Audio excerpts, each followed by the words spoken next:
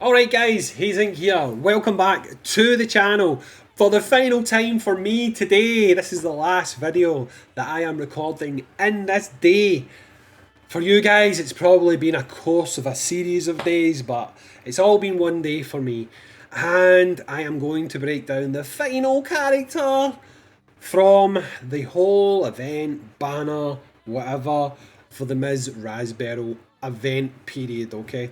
Before we jump in and break down to this character, please consider liking the video, subscribing to the channel, and doing all that good stuff. We've made it to the free to play part, guys. This is the one we can all get, and no one has to spend one single quartz to get the character. Yes, we are about to dive in and look at Asuka Cranekick.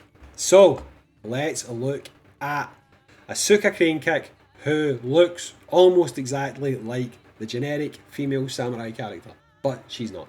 So, this one is a spear wielding character. Hooray! A character that fits my current build and quite a lot of people's builds actually. So, let's just see exactly what she does. Her abilities starts off Crane Prayer. Spear wielding allies, all stats except speed, plus 12%. Nice, happy, good start, good start. You are looking like the best of the free characters for me already. Anyone which we can get for free from the event. Crane Spear. Spear wielding allies SP cost down by 9%. Absolutely fantastic. You, Asuka Cranekick, you're there. You have just went to the top of the pecking order for me during this event. Any 5 and any 7. Any 5 is Crane Protection. Damage taken from sword equipping enemies down by 50%. I mean, it's very specific. Very specific. Just to note, guys, I've supposed to mention this to you before. When it comes to leveling these characters, okay, we can get obviously any 4 from the event for free, okay?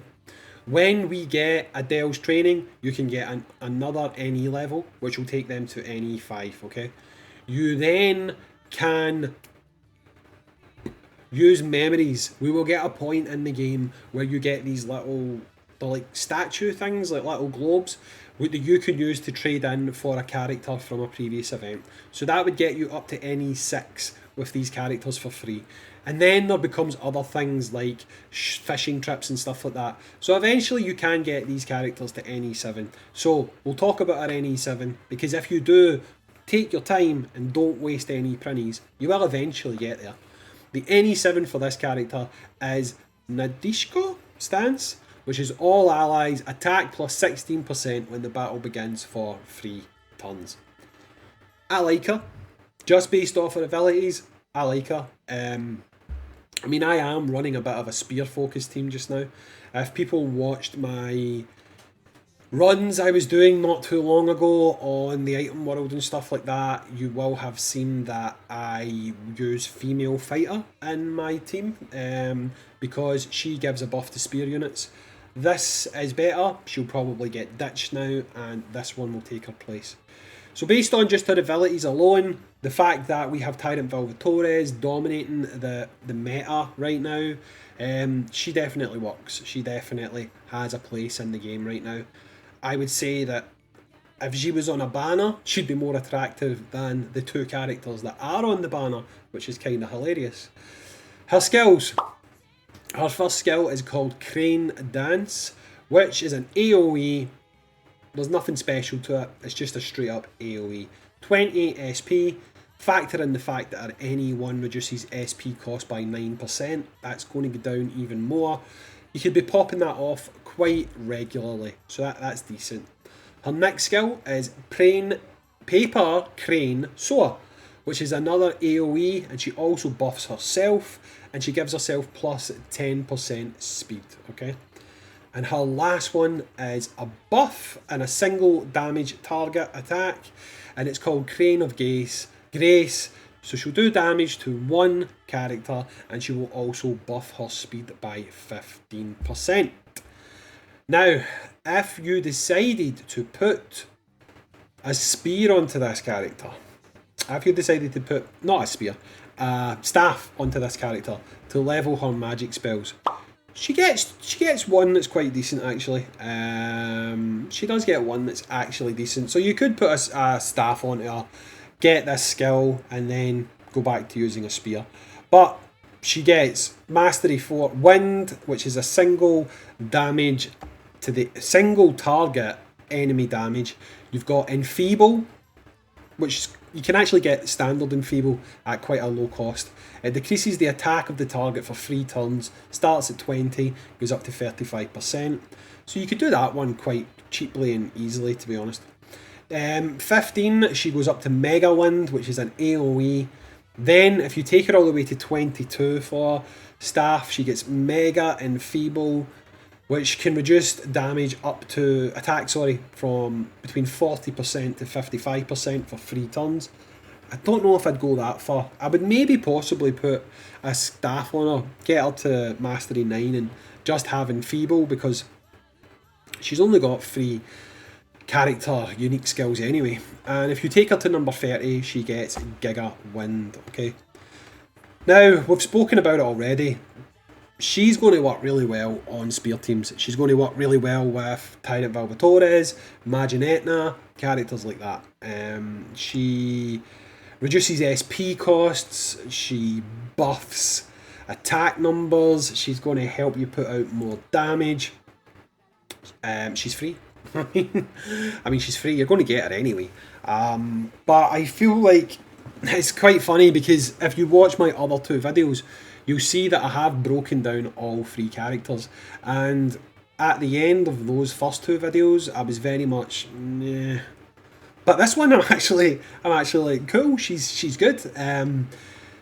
It's kind of crazy to think that for a lot of people, I know not everyone, but for a lot of people, the free-to-play character is going to have far more desired value than the 2 summonable characters that are the headliners of the 2-week event, okay? So I find that kind of funny actually. She's a good character. I don't mind the character design. It is a bit generic, to be honest. She does really look like the samurai, which is a bit of a shame. Obviously Disgaea 3, they just kind of decided, yep, let's just make the female samurai and change how she looks a little bit. But it's all good. She's definitely a strong unit for spear teams. She's going to give a lot of buffs. She's got some utility as well. I like her. In all honesty, I do like her. And like I've said a couple of times during this wrap up, she's definitely the character that I'm more excited about. Putting her on my current team. My current team, I've got Laharo, who I've put a spear on. I've trained him up. He's at like 22 mastery for spears now. I've got Tyrant Valvatores. I've got even Girl Laharo's got spears on her now. Who else have I got? I've got Awakened Rosalind for SP, who, to be honest, I don't really need. I might take Awakened Rosalind off and put this one on. And I've also got New Year's Rosalind, who again, I don't really need on the team. So I could take either of the Rosalinds off and put this girl on, which I think I'm going to do. And yeah, I think my team will have received quite the major upgrade. All costs are going to be less for their SP costs, which is going to be really good. And yeah, I'm happy with this one. This is the character I'm definitely most excited about. Let me know in the comments down below, are you going to be keen to get this one? Is she going to be a free-to-play unit that you actually invest in and you keep all of the dupes? Because I know some people take the dupes and they use them as fodder to raise up the level of other characters. Are you going to do that with this one, or are you actually going to raise her any levels? Let me know in the comments down below. Let me know overall what you think of the banner and event units if you haven't already in the previous videos. I've been Hayzink. As always guys, thanks for joining me on the videos today.